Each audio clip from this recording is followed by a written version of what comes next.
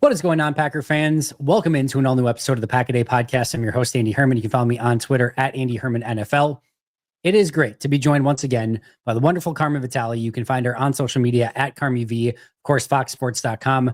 Carmen, it's been a hot second. I hope your offseason is treating you well. How have you been?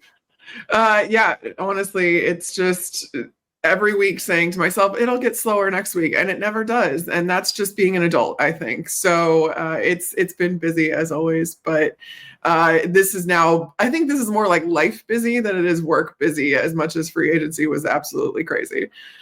Yeah, every single year I convince myself of like, oh, the season's coming to an end. My life will start to slow down a little bit. And then it's like, oh, free agency's here. Oh, the draft is here. Oh, it's like, and then all of a sudden it's like everything all over again. And you have to go like work for those like things where a little bit like in season, some of the stuff comes to you a little bit more. And like you have things to talk about naturally. And it's like, oh yeah, that's right. Like I can't just like talk about McCole Hardman. I actually have to kind of go and watch McCole Hardman because it's not like I've spent a lot of time watching McCole Hardman over the last couple of years. So lots to get into obviously today. I'm really excited to kind of break down what we've seen in free agency so far.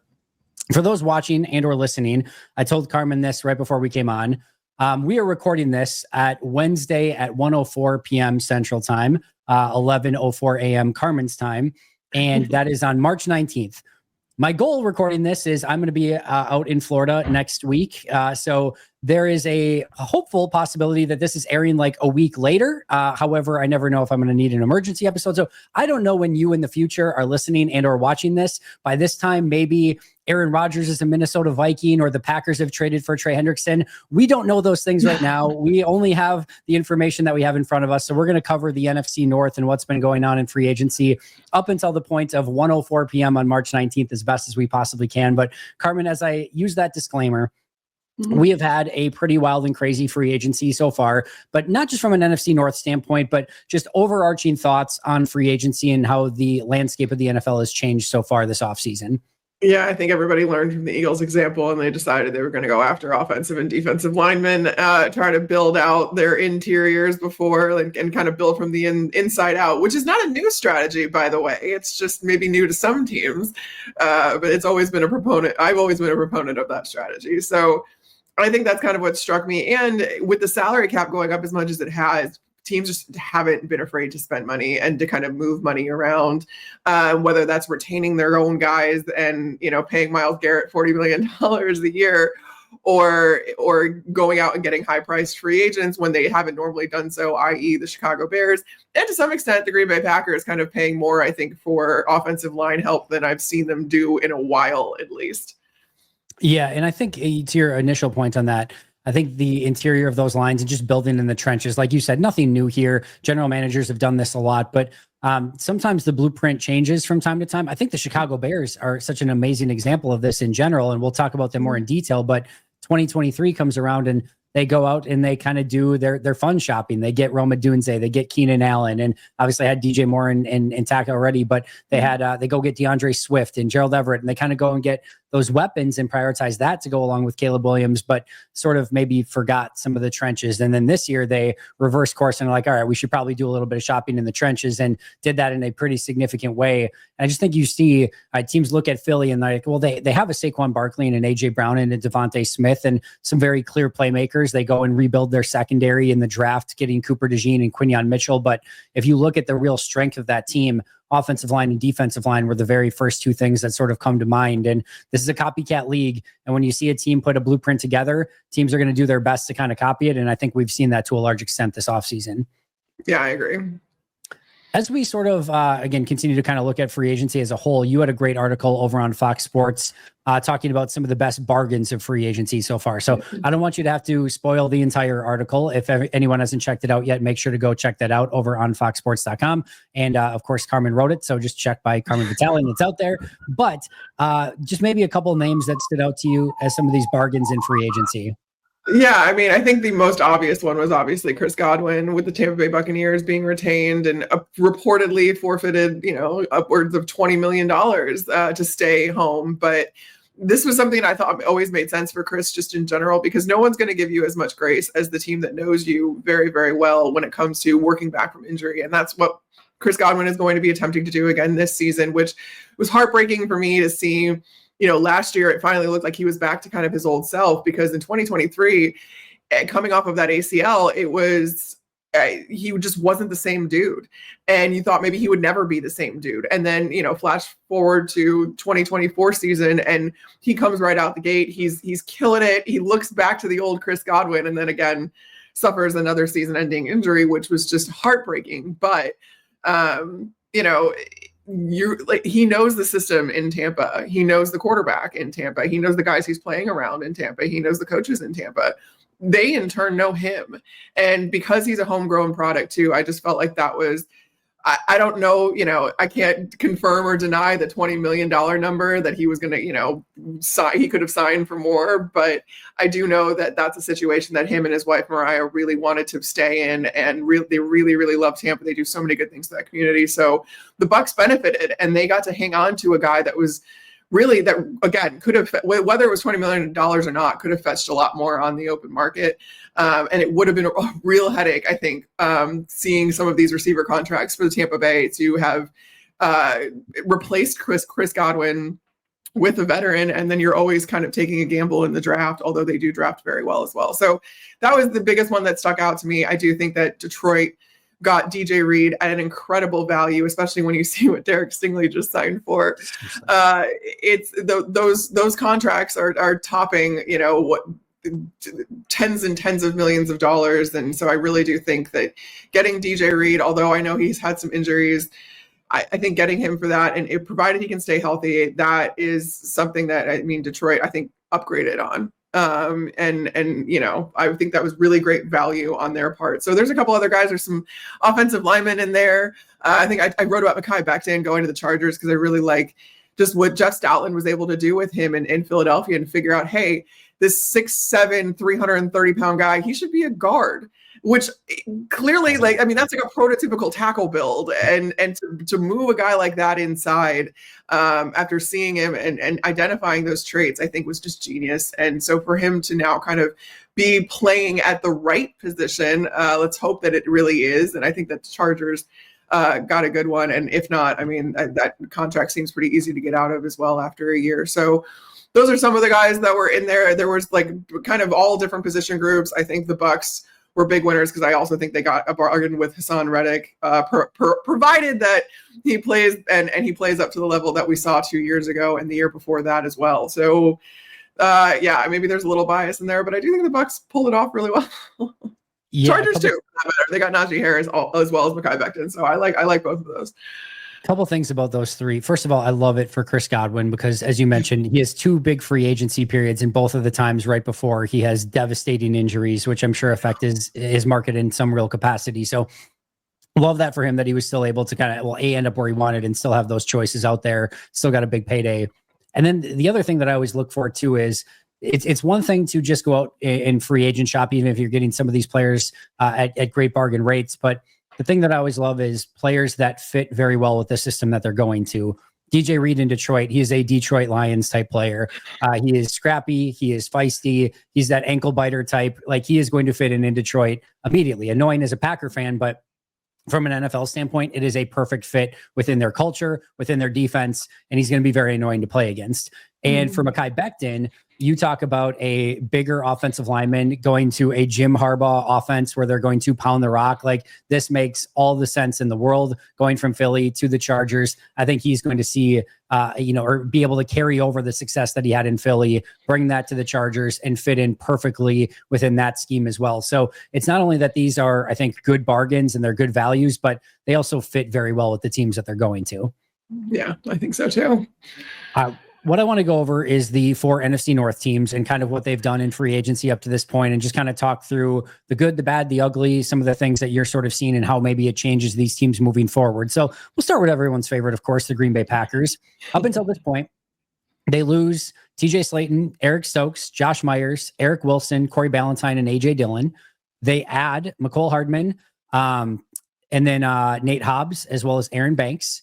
And then they retained Isaiah McDuffie and Brandon McManus. So that has been the Packers offseason up until this point as we're recording right now.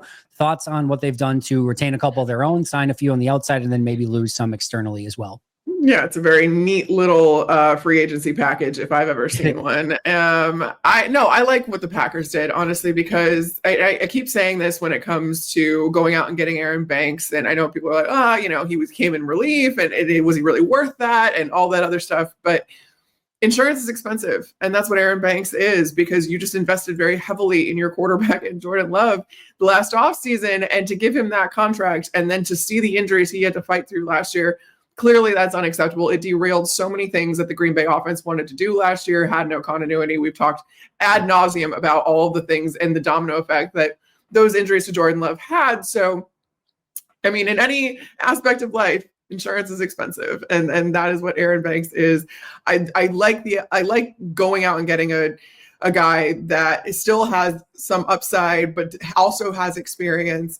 And we know how close Matt LaFleur and Kyle Shanahan are, so I have to think there's some carryover as far as the scheme goes, and what Aaron Banks is going to be expected to do along the Green Bay offensive front. So I really liked that, and then I honestly was a little surprised that there wasn't more movement on the defensive side of the ball from Green Bay, given the fact that they switched schemes for the first time in 15 years last year with Jeff Hafley as their new defensive coordinator. And we talk about this a lot. Defensive schemes are as fluid as ever because the nickel package has risen to being more of a base package anyway. And you're always, you're utilizing 4-man fronts in those situations usually. So that isn't indicative necessarily of these base packages, but what these base packages are indicative of are the kinds of players that you have on your roster. And clearly we saw, at the trade deadline, trading Preston Smith, all of that kind of stuff, realizing the guys that were going to be able to make the shift and the guys that weren't, or, because of their skill set, their body type, whatever it is, they just don't necessarily fit in with Jeff Hafley's defense anymore. And I really thought there was going to be a little bit more as far as defensive turnover. Now, we lost a few guys, and like you said, I retained Isaiah McDuffie. I think that he's one of those guys that makes that jump, but I would expect a pretty defensive heavy draft if I was a betting person, which I'm not because I'm terrible at it. But if I was, I would bet on a pretty defensively heavy draft to kind of round out the vision that Jeff Hafley has for this defense in Green Bay. Defensive heavy drafts are the Packers' specialty. That is their usual MO as they try to continue to usually upgrade that defense. I do agree with you, though. And not only just because obviously they have some needs on that pass rush group in that front four, like you mentioned, but it was really sort of obvious this past year. The players that were really successful in this defense, Xavier McKinney, Evan Williams, Javon Bullard, Edgerrin Cooper, were the players that they acquired for Jeff Hafley's defense. Mm-hmm. And the ones that were struggling a little bit, maybe not having the seasons that a lot of people expected, Preston Smith up until that point where they traded him, but Rashawn Gary, Kenny Clark, Quay Walker was up and down a little bit, Eric Stokes, those type of players struggled making that transition into Jeff Hafley's defense. So I was excited in a way to be like, oh, he's going to get more players specifically for this defense. And when we saw that last year, that was a very good thing. They do get Nate Hobbs. As you mentioned, there is still a draft out there, but there was a little bit of an inkling of like, could they add maybe one more big piece specifically to this Jeff Hafley defense that could maybe even unlock it at another level? Yeah. And I do think that is probably, I mean, it's a good draft to need any defensive lineman anywhere along the defensive line, like whether that's interior or some of these edge rushers. It's a deep draft, even if it's not really, really flashy. Although I do think that there's some real talent at the top of this draft that that's worth getting excited about. But I realize that not everybody gets excited about the trenches like I do. But I think that this is a great draft to need defensive line help. And I expect the Packers to spend a premium pick once again on somewhere along the defensive line, whether that's interior or on the edge. Tradition unlike any other. The Packers probably with some sort of project defensive lineman early in the draft. It is something that they tend to do very often. Let's go with the division winners from this past year, the Detroit Lions. Really interesting offseason just in general. They don't win a playoff game. It's a massively disappointing playoff performance after an incredible regular season. They lose, of course, their two coordinators, Ben Johnson to being the coach in Chicago, and then Aaron Glenn to being the coach in New York. They lose Carlton Davis, Kevin Zeitler, Fatu Melifonwu, Kendall Vilder and Jonah Williams. They add DJ Reed, a few other guys, Kyle Allen, Grant Stroud, Roy Lopez, and Kenny Yeboah, but really DJ Reed's the main one there. We kind of talked about him already. They retained Dan Skipper, Craig Reynolds, Tim Patrick, Levi Nuzurike, Pat O'Connor, and Marcus Davenport, which was kind of an interesting one. But your overarching thoughts on this Lions offseason so far? Yeah, I mean, I just don't think the Lions, as far as the roster goes, really had much to address. And I think they did in DJ Reed. I do expect them to probably add to the offensive line a little bit more because that's something that they want to keep as a strength. Maybe the interior of the defensive line too, just to keep that rotation up. But they have some really good guys on the interior there. You're getting Aiden Hutchinson back with the Detroit Lions. So that is like the big piece to this defense that I think is really going to put it back over the top. So you didn't need to do a whole lot if you were the Detroit Lions, and you promoted from within. I think the biggest question mark with Detroit right now is obviously how is this coaching staff going to rebound from losing both of its coordinators, and really, really good coordinators. They lost them because they were now head coaches. You look at the defensive side of the ball in particular. I like what they did with the coaching staff in general because they elevated Kelvin Shepherd, who already has the locker room. I mean, these guys absolutely adore Kelvin. He's a former player. He knows how to command the room. He's really smart too, and he's seen so many things, and the way that he teaches things, from everything that I've heard from the players and from other coaches there, he knows how to kind of relay all of that information and really get guys to internalize it. So I'm not worried about him being a first-time defensive coordinator in that sense. But what the Lions also went out and did is they went and they got Casey Rogers to be their defensive line coach, who is a guy that has been in multiple systems. He's been all over the league. He spent the majority of his career with Todd Bowles. You know, he likes to do those fun things up front as far as doing different stunts and whatever with your defensive line. He adds so much experience. And from what I've heard already in those meeting rooms, coaches are like, wow, like this guy has so much knowledge. He has worked with so many different guys. He's figured out so many different systems, and he's seen everything, you know, from an offensive perspective, and with having all of that experience as a defensive coordinator, as a defensive line coach. So adding a guy like that to be a resource for Kelvin Shepherd, I think it will dramatically improve Detroit's chances of just kind of continuing on and getting over the fact that they lost Aaron Glenn, who I do love, and I think he's going to do really well in New York. But yeah, and Ben Johnson actually talked about this in his opening press conference about how the roster and the structure of the way that Detroit is set up, he's like, it doesn't really matter who the offensive coordinator is. And I thought that was a little petty at the time too. Like, oh, like I set everything up, and so now it doesn't matter. And like, he can still take credit for how well Detroit does on offense. Like, that's the kind of chess that Ben Johnson plays in his mind, which is hysterical. But I do think that there's some merit to that, just given the roster, given the talent that they have, and given how well Detroit drafts. I mean, this roster really, it's going to make things so much easier on these coaches, I think. And I think it's going to make it so much easier for them to get over losing all of the staff that they did, because they still have Dan Campbell too. And Dan Campbell clearly knows how to evaluate and identify coaching talent, because he's done it and he's elevated his guys time after time to really good results.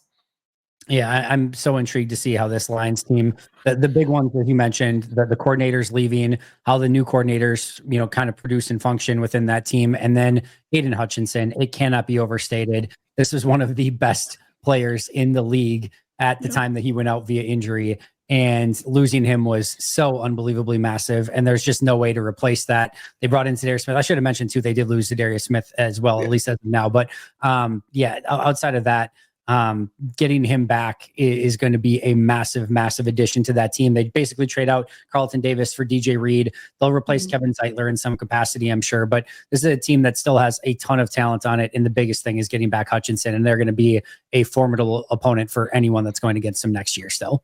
Yeah. Let's go to the Bears.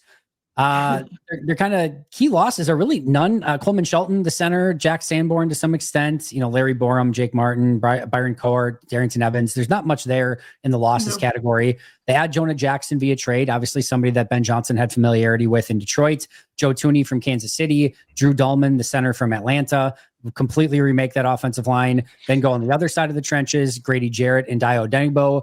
Olamide Zaccheaus is a wide receiver that I actually think is a little bit underrated. I like that signing for them. And then Durham Smythe, the tight end, that is going to be another piece that fits very well within Ben Johnson's offense. They retained Travarius Moore, Scott Daly, Travis Homer, Steven Carlson, and Doug Kramer. And then, of course, new coaching staff, Ben Johnson, etc. So that has been sort of the Bears offseason in a nutshell. Thoughts on them? Yeah, they're doing things that I've wanted them to do for years when it comes to building out through the trenches. And really, I mean, this offseason has been so unique for the Bears in the sense that they went out and they got the highest coveted head coaching candidate that they could, and they paid him. They let him fill out his staff with a mix of experience and young guys and whatever, and they paid them too. And now it comes to free agency. They executed some really aggressive trades, and they also signed a few high-priced guys. Like Drew Dahlman is now the second highest paid center in the league. They're like, we're not messing around with this. We're not trying to get cute with it. We're not trying to get the best guy we can for the lowest price. We're going to get the best possible center we can, and we're going to pay him. And and same thing with Grady Jarrett. I mean, I know he's at the, kind of inching towards the tail end of his career, but they made him an offer that made him not want to look elsewhere, and made sure that they were going to get that guy on that side of the ball. And so I really do think that they're going about things the right way. Now, that doesn't mean that it's going to work, because, these guys have not played together, and who knows the injuries that could happen, and this, that, and the other. And that's kind of the risk with, I think, a lot of the guys that they did acquire. A lot of them have injury histories. And a lot of them are older and all of that kind of stuff. So, you wanted the experience, and I think that was the right call, but you are running the risk now of these guys are older and injury prone. So who's going to go down? Because it's not an if, it's a when. And how do you account for that? And so that's why I think the draft is going to be so interesting to see, like, who they really go after, how they build out their depth, because you're going to need quality depth. And that's something that Ben Johnson has already talked about in some of his press conferences, saying, is with the offensive line, for example, he's like, it's not just the front five. It's not just the first five. It's the sixth, the seventh, the eighth, because those guys, for one reason or another, are going to play significant snaps for you. And so you need to make sure that those guys are sound too. So I don't expect that the Bears are done. They're done with the splashy signings because their cap just won't let them do anything else at this point. Right. But I am thrilled. My favorite signing by them is Drew Dahlman, because I've been begging them to get a true veteran proven center, especially when, it was clear that they were going to take a quarterback with the first overall pick and they were going to get Caleb Williams. I was begging them. They went out and got Coleman Shelton, but that wasn't enough. I'm like, I need a guy that really knows what he's looking at, that's done it before for years and years and years. And you really couldn't have landed, if you weren't going to get Frank Ragnow from Detroit, which you can pry him out of Dan Campbell's cold dead hands. Right. You were going to get a guy like Drew Dahlman, who, yes, has had some injuries last year, but the pedigree he comes from, being the son of a center and an offensive line coach, going to Stanford, having all of these, he's just incredibly intelligent, but then also matches that intelligence with the physical traits. And I was talking to some league evaluators about him, and even some former offensive linemen, centers. Tough as hell is something that was used to describe him. Just very smart, athletic, and really knows what he's looking at. And that's something that can just benefit Caleb Williams tremendously. If you have a guy that can really take all the information that he's seeing from the defense or what his fellow offensive linemen are telling him, digest that all and make some decisions based on that, or at least relay it in a way that allows Caleb Williams to make some quick decisions about it. That's what you need, and that's what Drew Dahlman can do. So I'm thrilled that the Bears went out and got him. I just hope he stays healthy now. I keep joking too. I'm always the one preaching tempering expectations. You need to see how this plays out, yada, yada, yada in Chicago. This is the first time that I really do feel optimistic about the direction they're headed under Ben Johnson, and who, again, needs to prove himself as a head coach, but also the talent they've acquired and the strategy with which they seem to be team building here. I think it's great, solid, sustainable, all of those things. And I finally feel like they're on the right track. So hopefully it yields results, because if not, I'm out of ideas. After kind of going again for those desserts last year with all the playmakers, they got their vegetables, the meat and potatoes. Yeah, get your meat and potatoes. They got the lines, right? That's what they needed to do. I like that analogy. You're welcome. You can use that. So a couple things. The Dahlman thing is smart because, again, what you want to do is try to make things as easy and digestible for Caleb Williams as possible as he gets familiar with a new system. And just the more that you can take off his plate, the better. And adding a super smart center to be able to make some of those calls and checks and communicate with him, that makes things easier for Caleb Williams. That's a really nice check mark. The other thing here, the things that I love is again, they went the right direction this year in going with the offensive line and the defensive line and really addressing those things that, again, they kind of ignored going into last year. And those were things that really needed improvement, especially the offensive line, to give Caleb more time. And I think that's going to serve a huge purpose. The only thing I don't like, and you kind of mentioned this as well, is it once again kind of feels like there's a couple different wavelengths here of like Dahlman fits the age that they're going with. Odenigbo fits the age kind of that they're going with. They're a younger team, but then there's also like Tooney's like 31, 32 years old. Yeah. And then Grady Jarrett's kind of at the tail end of his career. And it's like, you would have maybe loved to have seen, like, I could have even seen like an Aaron Banks at the Packers sign, maybe making a little bit more sense for Chicago as that younger offensive lineman to kind of fit with everything. But that's probably, picking nits, if anything, at this point. And I do think ultimately the fact that they addressed the trenches in a significant way was a really smart way to go. And obviously, again, as a Packer fan, it pains me to say that. I totally understand coming from the fact that, yeah, some of these guys are on different timelines and with Grady Jarrett and Joe Tooney. But with Joe Tooney in particular, I really understand the signing too, and I appreciated it because he's been to the mountaintop. He's been to the mountaintop 4 times with different teams. He knows what it takes to win. And I think that's something that this locker room needs. Maybe it's not, maybe he isn't a Bear for very long. Maybe he's only a Bear for a couple of years. But what he's going to bring to the locker room is that experience and saying, hey, this is how we did things. This is why it yields results. And these are the results that it does yield. And you can't argue with that with a guy that has 4 Super Bowl rings. That's something that this locker room desperately needed, because this is not a locker room. This is not a team that knows how to win. And the more you can infuse that roster, responsibly, I should say, with that kind of experience, with that kind of knowledge, I think the better. And that, I think, is the role that Joe Tooney was brought in to play. It's why you traded a draft pick for him on top of knowing you're going to have to pay him.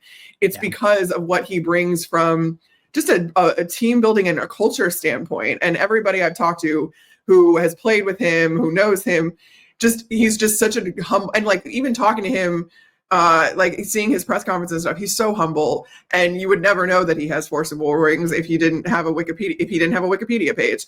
Right. So that's something that I think is really going to pay dividends for the Bears from a culture standpoint. When you're talking about figuring out how to win, Joe Tooney's done it multiple times. So just ask him, and it seems like all of the guys are kind of defaulting and looking to him to kind of lead that unit, especially, which is in turn going to lead the entire offense.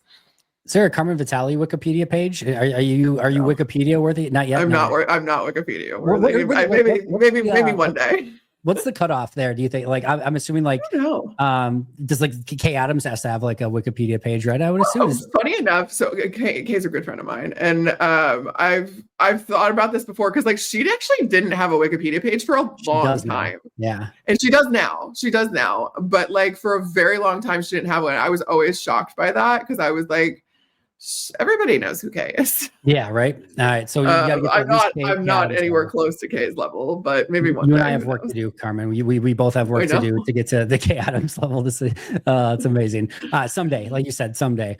I don't even know if that's a good thing to have one or not, but it is an interesting thing nonetheless. All right, let's. And I would just wanted to touch base on the two things. You need those standard bearers within your team, right? And he has the ability to be that standard bearer for them, and they probably need a couple of those in that locker room. And for that reason, I agree with you. I do think it makes a ton of sense. Last but not least, of course, we have the Minnesota Vikings. The big one, they lose Sam Darnold over to the Seattle Seahawks. Cam Bynum is gone. I've always really, really liked Cam Bynum. Yeah, that was honestly the most surprising. I know, like, yeah, he's a really, really fun player. They have the depth in that secondary still, but overall, that's an interesting loss. Patrick Jones, Daniel Jones, Garrett Bradbury, Trent Sherfield, Johnny Munt, Nick Mullins, Jerry Tillery. They add in Will Fries, Jonathan Allen, Isaiah Rogers, Ryan Kelly, Javon Hargrave, Jeff Okuda, Tavier Thomas, Justin Skule, and Eric Wilson from the Packers. And then really the only kind of player that they've retained so far, interestingly enough, has been Byron Murphy in that huge contract that they gave him to stay at corner for them. Thoughts on the Vikings offseason? Yeah, the huge contract that instantly aged well when Derek Stingley signed for $30 million a year. No, I honestly love what the Vikings have done. I don't think that they were that far away as far as the roster went. I love the fact that they went heavy on the interior offensive line because I think that tells you a lot as to what their plans are and have always been for the most part, which is that they're rolling with JJ McCarthy. And I know that the report came out where Diana Rossini actually was the one to say they're not in or out on Aaron Rodgers. They're just not going to make a decision on him anytime soon. And they, with the full understanding that that means he could sign elsewhere in that time, and they're okay with that. Yeah. I don't really think Aaron Rodgers makes a whole lot of sense for what the Vikings are trying to do long term. I think they absolutely are going to add a high-end backup to kind of insulate against those first few games of JJ McCarthy's, just seeing how he's going to, work back from injury. He did suffer a couple of setbacks during the season and what have you. So you hope that he's on the right track now, but all of that time then, instead of developing, that time was spent rehabbing. So he's got a long road ahead of him still when it comes to developing as a quarterback, but the whole plan really on its face hasn't changed. And the whole thing that I think the Vikings are banking on, it's not just JJ McCarthy, it's Kevin O'Connell. And either you trust him or you don't. And I do think that the Vikings, all the actions the Vikings have taken prove to me that they do trust Kevin O'Connell to get JJ McCarthy ready. Whether that's right at the beginning of the season, I don't know. But they've done a hell of a good job of insulating against that learning curve for JJ, where you're not going to need to expect much out of the quarterback position in Minnesota, at least in the beginning of the season. You don't really need him to go out and be any sort of world beater or win you games or whatever. You've got a defense that can do that for you, at least in the early goings. And then you've got plenty of offensive talent. You've now fortified that offensive line in front of him, so he should have all the time in the world back there in that pocket. And we know that he's more mobile than people give him credit for. He's very athletic. Hopefully he still will be after this injury. But I really think that this was the plan all along. And I get it's hard to let 35 touchdowns walk out the door. But that was never the plan. The plan was never to hold on to Sam Darnold. He was a bridge. And I do think that Daniel Jones leaving probably kind of messed things up a little bit, where they were like, we thought you were going to be our high-end backup. But if Daniel Jones has the chance to start elsewhere, you can't blame him, obviously, for that. And I trust that the Vikings will figure out the quarterback position pretty much more than any other position because of Kevin O'Connell, because of Josh McCown, their quarterback's coach. I mean, we've seen it time and time again in both small and longer timetable sample sizes. You look at what he was able to do at Josh Dobbs right when Kirk Cousins went down, or you look at what he was able to do with Sam Darnold all of last season. I trust him when it comes to the quarterback position, and I trust that they know what they're doing when it comes to that, especially now that they've beefed up the trenches too, where that to me signals, hey, we're just insulating against having a rookie quarterback. We're not going to want to expect too much out of him right away, but he is our guy and he is our long-term solution, and that really hasn't changed. I should have mentioned too, also to kind of fortify that, traded for Jordan Mason from the 49ers as well. Yes, from the 49ers. Yeah, the running game. So him and Aaron and paid Aaron Jones. So you have like a really good tandem now, I think, in the backfield behind a line that is now should be in any case, a really good run blocking offensive line as well. Yeah, there's I think the two biggest wild cards in this entire division are the two second-year quarterbacks, Caleb Williams and JJ McCarthy, what they can be in year two. Obviously, for McCarthy, it's basically like his rookie season, but Caleb Williams year two, that changes the division pretty, in a pretty significant way. If those two can go out and ball out this upcoming season, that again changes the division pretty significantly. If Williams has some of the same struggles, or McCarthy, his knee doesn't cooperate, or he just isn't the guy that they expected, again, that changes it to maybe a little bit more friendly for Green Bay and Detroit in those situations as well. So those to me are the two big wild cards. I know Fox Sports had an article, some of the biggest winners and losers in free agency, Packers, Bears, Vikings all make that winners list. So it sounds like this division once again had a good offseason. Yeah, they did. I mean, Bears are the offseason champs, what, 3 years running now? So we'll see how that ends up working out. They need to take a snap. No games are won in the offseason. I understand that more than I think most of Chicago, but like I said, this is the first time I'm allowing myself to be a little optimistic. I hate calling them winners and losers. That's just the headline of the article that everybody uses, because at the end of the day, we really don't know how these moves are going to age, and we don't know what the impact of these moves is going to be on either side. So really, any of the guys that I labeled like losers, it was more of like, I don't get this yet. Maybe I will, right? But I don't get it yet. Like it's confusing to me because I don't know what you're like. I don't know if you know who you are. Like, I don't want people to get mad at me because like, I'm not calling anybody a loser at this point. If you know, who am I? Who am I to say that? I don't have a crystal ball. I don't know what it's going. But as far as winners go, it was based on people that are teams that I really thought got better and improved drastically. And I think that, you know, the Bears had the longest way to go in the division, but they caught up. I really think that. You look at the roster, and provided this coaching staff is what we think it's going to be, and Ben Johnson is who we think he is as a head coach, they're right there in the thick of things with everything else. So I guess I'm once again saying the NFC North is going to be the toughest division in football. Hopefully that translates to the offseason, or the postseason, I should say, this year. Right. Yeah, it did not last year, that's for sure. It didn't, but I mean, this was, you know, it took 15 wins to win this division last year, and so hopefully we'll see that again. And it's going to be a dogfight this time. It's always interesting, that conversation of like, is it iron sharpening iron, or did the teams like almost like wear each other, cannibalize each other? Yeah, like just kind of slaughter each other through the course of the season by the time you're just limping into the playoffs. And I guess last year was more limping into the playoffs, but it was a really fun division all throughout the course of the season. And then of course it wasn't come postseason time, but all four of these teams are going to be back fighting, and I'm really excited to see what this division brings in 2025 and of course beyond. Carmen, I cannot thank you enough. I love these conversations so much, just kind of getting a league-wide view of where the division's at, obviously including the Packers.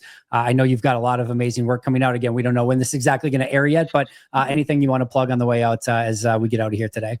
Yeah, no, I mean, it's easy enough to keep track of social media, Twitter and Blue Sky. I'm still trying to make Blue Sky. We're still trying to make Blue Sky happen. And then I'm doing a lot of work with Marquee in Chicago. So you will see kind of a lot of Bears content if you are interested in keeping up with that team from the South. But other than that, foxsports.com, it's really league focused at this point. I'm really kind of high level stuff and league wide. So yeah, just go ahead and check out my social media at Carmen V. Find her at Carmen V on all social media. You can find me at Andy Herman NFL. You can find the podcast at Pack-A-Day Podcast. That's going to do it for Carmen and I today. But until next time, and as always, go Pack Go.